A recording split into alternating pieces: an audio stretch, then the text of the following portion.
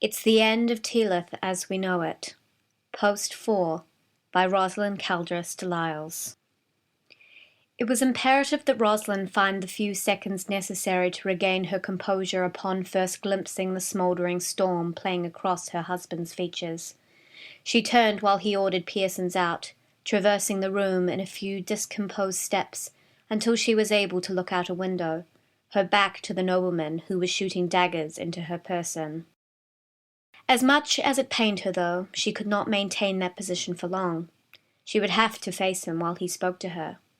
Thus she turned, a careful mask settling upon her comely visage, a facade that rivaled Roscarnis's own usual blank expression, though her hands were trembling slightly. She crossed her arms across her stomach, and consciously tucked her hands into the large false sleeves hanging from her elbows, in an effort to hide anything that might betray her supposed calm. And she waited. How long do you think your dalliance would last? As hard as the Lady de Lylles might try, she could not suppress the sharp intake of breath that succeeded the question. Of course, she groaned. Of course it is this. What else could it have been? Within a span of seconds the whole matter became agonizingly clear. He had found out about her affair with Roderic Kaldres. It was no use denying the whole thing. Oddly, she found she didn't want to deny it. In fact, was she supposed to feel ashamed? Her shock had rapidly given way to a blossoming form of indignation. Though she could not say then and there what motivated her own anger at this intrusion, was it a feeling of guilt? Resentment? No. She couldn't quite place just why her stomach twisted into burning knots of ire until she heard that sole word roll off his tongue. Whore. The crack of his palm hitting the desk had caused her to jump, her gold-flecked eyes narrowing in an involuntary wince.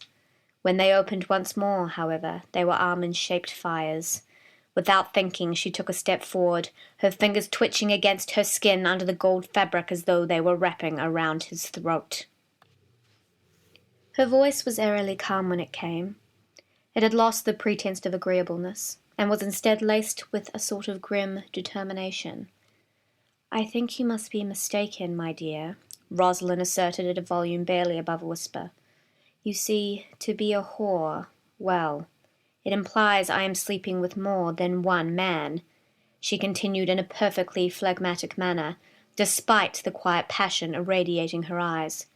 "And since you have shirked the undoubtedly odious task since our marriage, that is not the case." Abruptly the Lady de Lylles turned on her heels, fully intending to leave the room. She made it a few steps before she cast a heated glance over her shoulders, and tossed towards Roscarnis what she hoped was one last remark. "Indeed, your Grace, I am no more a whore than you are a dutiful husband."